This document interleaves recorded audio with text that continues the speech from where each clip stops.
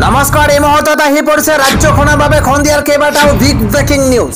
আজি 7 জুলাই অসমৰ লগতে ভাৰতৰ বিভিন্ন প্ৰান্তৰ পৰা এনে ধৰণৰ খবৰসমূহ নিতৌ চাবৰ কাৰণে চেনেলটো সাবস্ক্ৰাইব কৰি ভিডিঅ'টোত এটা লাইক কৰি দিব। এই মুহূৰ্তত জনাই আছো এটা ব্ৰেকিং নিউজ। প্ৰতিগৰাকী মুছলমানে জেহাদ কৰক, শিক্ষাৰ জেহাদ, বিপ্লৱৰ জেহাদ আৰু কলমৰ জেহাদ কৰক। প্ৰতিগৰাকী মুছলমানে এই আহ্বান জনাইছে আমছুৱে। এটা ব্ৰেকিং নিউজ, ডাঙৰ খবৰ জনোৱাৰ চেষ্টা কৰিছো। অসমৰ প্ৰতিগৰাকী সংখ্যালঘু মুছলমানে জেহাদ কৰিব লাগে। এই জেহাদ শিক্ষাৰ জেহাদ, বিপ্লৱৰ জেহাদ আৰু কলমৰ জেহাদ। শৰীৰৰ তেজ বিক্ৰী কৰক, তথাপি ল'ৰা ছোৱালীক শিক্ষিত কৰি তোলক। দিনত ডাক্তৰ ইঞ্জিনিয়াৰ বনাম বুলি কৈ ৰাতি মুছলমানৰ ঘৰ ভাঙি দিয়ে হিমন্ত বিশ্ব শৰ্মা চৰকাৰে। আদানী আম্বানীক খোজ কৰিবলৈ সংখ্যালঘু কুচ্ছেদ কৰিছে চৰকাৰে। ৰাতি ৰাতি নটিচ দি মুছলমানৰ ওপৰত বুলডোজাৰ চলাইছে চৰকাৰে। মুখ্যমন্ত্ৰীক গাদী লাগে, সেয়েহে উচ্ছেদ কৰি আছে এইখন চৰকাৰে। উচ্ছেদৰ জৰিয়তে সংখ্যালঘুৰ ওপৰত যি অন্যায় চলিছে তাৰ উত্তৰ দিয়া হ'ব। আমাক হিমন্ত বিশ্ব শৰ্মা চৰকাৰ, আমাক হিমন্ত বিশ্ব শৰ্মাৰ চৰকাৰৰ হিন্দু মুছলমানৰ অসম নালাগে। মুখ্যমন্ত্ৰীয়ে যিমানে ঘৃণাৰ দোকান খুলিব আমি সিমানেই মৰমৰ দোকান খুলিম, মন্তব্য কৰিছে আমছুৰ সভাপতি ৰেজাউল কৰিম চৰকাৰে। আন এটা খবৰ হৈছে দুখীয়াৰ হাতত ধন নোহোৱা হৈ গৈছে। এতিয়া দেশত দ্ৰুতগতিত বৃদ্ধি পাইছে দৰিদ্ৰৰ সংখ্যা। এটা ডাঙৰ খবৰ এই মুহূৰ্তত জনোৱাৰ চেষ্টা কৰিছো। সদায় দুখীয়া সদায় দুখীয়া হৈ গৈ আছে। দেশত দ্ৰুতগতিত বৃদ্ধি পাইছে দৰিদ্ৰৰ সংখ্যা। ডাঙৰ খবৰ, দেশৰ দুৰৱস্থাৰ কথা উদঙাইছে খুদ কেন্দ্ৰীয় মন্ত্ৰী নীতিন গাডকাৰীয়ে। দুখীয়াৰ হাতত ধন নোহোৱা হৈ গৈ আছে, কোটিপতি অধিক ধনৱান হৈ গৈ আছে। একাংশ কোটিপতিৰ হাতলৈ গৈ আছে দেশৰ অধিকাংশ ধন। পথ পৰিবহন মন্ত্ৰী নীতিন গাডকাৰীৰ মুখত দেশৰ দুখীয়াৰ দুৰৱস্থাৰ কথা। দুখীয়া সদায়ে দুখীয়া হৈ গৈ আছে। দেশত দ্ৰুত গতিত বৃদ্ধি পাইছে দৰিদ্ৰৰ সংখ্যা। আমি জনাই আছো সন্ধিয়াৰ আন এটা বিগ ব্ৰেকিং নিউজ। পুনৰ ৰাজ্যবাসীক মাধমাৰ খুদাইছে চৰকাৰে। অচিৰেই ৰাজ্যত হ'ব আন এখন টোল গেট। এটা বিগ ব্ৰেকিং ডাঙৰ খবৰ জনোৱাৰ চেষ্টা কৰিছো। অচিৰেই ৰাজ্যত সংযোজিত হ'ব আন এখন টোল গেট। তেজপুৰ কলিয়াবৰৰ মাজত স্থাপন কৰা হ'ব অন্য এক টোল গেট। টোল গেটৰ মাচুল সংগ্ৰহৰ বাবে ঠিকাদাৰী সংস্থাৰ পৰা নিবিদাৰ আহ্বান ৰাষ্ট্ৰীয় ঘাইপথ প্ৰাধিকৰণৰ।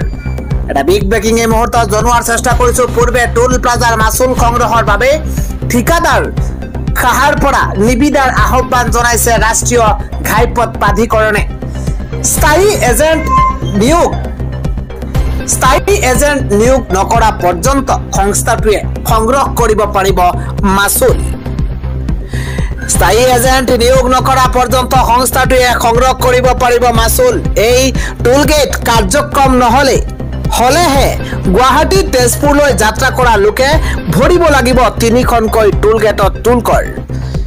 ইফালে 15 আগষ্টৰ পূৰ্বে মুকলি কৰা হ'ব দেৰগাঁও বিশ্বনাথৰ টোল গেট। অচিৰে ৰাজ্যত সংযোজিত হ'ব আন এখন টোল গেট। পুনৰ জনতাৰ মূৰত মাধমাৰ। আন এটা খবৰ হৈছে বিৰোধী একেলগ হলে একেদিনাই 26ত নিৰ্বাচন নেখেলো বুলি কব হিমন্ত বিশ্ব শৰ্মাই। আমাক 2টা সিটত নিৰ্বাচন খেলিবলৈ দিলে 2টা সিটতে খেলিম, 25টা দিলে 25টা সিটতে খেলিম। 2026ত ব্ৰহ্মপুত্ৰত আমি বিজেপি চৰকাৰক দলিয়াই দিম। নাগৰিক সভাত আজি এইদৰে উদাত্ত কণ্ঠৰে ভাষণ দিছে বিধায়ক অখিল গগৈয়ে। সন্ধিয়াৰ পৰৱৰ্তী ব্ৰেকিং নিউজ। মুছলমান হোৱাৰ বাবে আমাক খেদিছে হিমন্ত বিশ্ব শৰ্মা চৰকাৰ। এইবাৰ উচ্ছেদিতৰ আৰ্তনাদ শুনিলে আপোনাৰো চকুলো আহিব। দেউতাৰ মাটি বেলেগক নিদিওঁ, মৰি যাম কিন্তু ইয়াতহে থাকিম। এইদৰে উচ্ছেদিতই এইদৰে কান্দিছে। আমি মুছলমান হোৱা বাবে হিমন্ত বিশ্ব শৰ্মা চৰকাৰে আমাক উচ্ছেদ কৰিছে, আমাক ইয়াৰ পৰা খেদি পঠাইছে। সাংবাদিকৰ কেমেৰাৰ সন্মুখতে হিয়া বগা কান্দোন উচ্ছেদিতৰ। আমি কোনো প্ৰকাৰে মাটি এৰি নিদিওঁ, ইয়া আমাৰ দেউতাৰ মাটি, ককাৰ মাটি। আমি জীৱন দিম, আমি মৰিম জীৱন গলেও কতো নাযাও এইদৰে বুলডোজাৰৰ সন্মুখত উচ্ছেদিত আৰ্তনাদ কৰিছে কাৰেণ্ট কাটি ৰঙা চকু দেখুৱাই আমাক ভয় দেখুৱাইছে আমি ভয় নকৰো আমি ইয়াত দিশহাৰা হৈছো আমি ক'ত যাম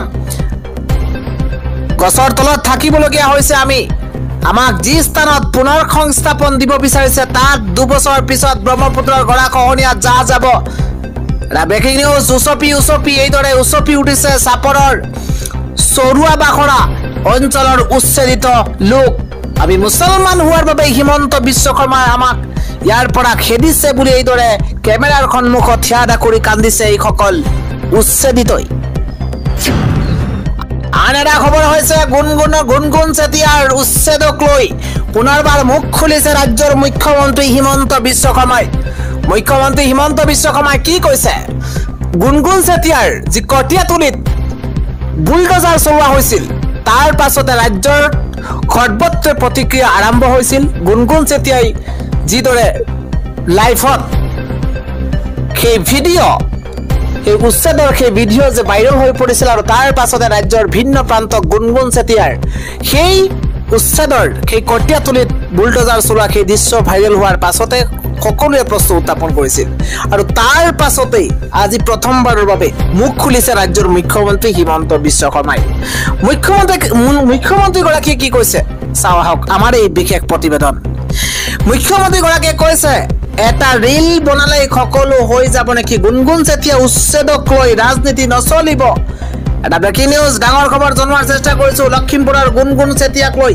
ডাঙৰ মন্তব্য মুখ্যমন্ত্ৰীগৰাকীৰ কংগ্ৰেছে ৰাজ্যত চলি থকা উচ্ছেদক লৈ ৰাজনীতি কৰা আৰম্ভ কৰিছে গুণগুণ চেতিয়াৰ বাসগৃহত কোনো উচ্ছেদ চলোৱা হোৱা নাছিল মুখ্যমন্ত্ৰীগৰাকীৰ মন্তব্য কেৱল সিমানেই নহয় কোনো গুণগুণ চেতিয়াৰ ঘৰত উচ্ছেদ হোৱা নাছিল বুলি কৈছে 350 জন বাংলাদেশী খেদিবলৈ যাওঁতে খিলঞ্জীয়ায়ো বুজাবুজি কৰিব লাগিব কটীয়াক লৈ এটা ৰিল বনালে সকলো হৈ যাব নেকি প্ৰশ্ন উত্থাপন কৰিছে মুখ্যমন্ত্ৰী হিমন্ত বিশ্ব শৰ্মাই কটীয়াক লৈ এটা ৰিল বনালে সকলো শেষ হৈ যাব নেকি উচ্ছেদক লৈ কোনেও ৰাজনীতি নকৰিব বাংলাদেশীৰ দেহত টুকুৰ মাৰোতে কোনোবাই যদি ভাবিছে আমাৰ একো নহয় সেয়া ভুল ভাবিছে উচ্ছেদক লৈ শীঘ্ৰেই গুৱাহাটীত হ'ব সংবাদমেল মন্তব্য ৰাজ্যৰ মুখ্যমন্ত্ৰী হিমন্ত বিশ্ব শৰ্মাৰ আন এটা বিগ ব্ৰেকিং অসমৰ ইতিহাসৰ সৰ্ববৃহৎ উচ্ছেদৰ বাবে সাজু হৈ পৰিছে প্ৰশাসন উচ্ছেদস্থলীত গাড়ীকৈ মোতায়েন কৰা হৈছে আৰক্ষী প্ৰশাসন 60খনকৈ বুলডোজাৰেৰে এফালৰ পৰা ভাঙি পেলোৱা হ'ব 2000 ঘৰ আন এটা গুৰুত্বপূৰ্ণ খবৰ কংগ্ৰেছৰ কাখনত প্ৰতিটো দিনতে বন্দুকৰ শব্দ শুনিবলৈ পোৱা গৈছিল এবাৰ নিৰ্বাচন হাৰিবলৈ নহয় জিকিবলৈ খেলিম উদাত্ত কণ্ঠৰে মুখ্যমন্ত্ৰীগৰাকীয়ে মন্তব্য কৰিছে এটা বিগ পলিটিকেল ব্ৰেকিং নিউজ ডাঙৰ খবৰ জনোৱাৰ চেষ্টা কৰিছো বিটিআৰত আমি জিকিবলৈ নিৰ্বাচন খেলিম বিটিআৰত আমি জিকিম বিটিআৰত আমি হাৰিবলৈ নিৰ্বাচন নেখেলো বিটিআৰত নিৰ্বাচনী ৰণডংকা মুখ্যমন্ত্ৰী হিমন্ত বিশ্ব শৰ্মাৰ ইলেকশ্যন আমি খেলিম আমি জিকিম আমি কাৰো বিৰুদ্ধে ইলেকশ্যন নেখেলো আমি ইলেকশ্যন খেলো কেৱল বিটিআৰৰ বাবে কংগ্ৰেছৰ কাখনত বিটিআৰত প্ৰতিটো দিনতেই বন্দুকৰ শব্দ শুনিবলৈ পোৱা গৈছিল কংগ্ৰেছৰ কাখনত ভয়ত নিজৰ জীৱন পাৰ কৰিবলগীয়া হৈছিল ৰাইজৰ উন্নয়ন কৰাটোৱেই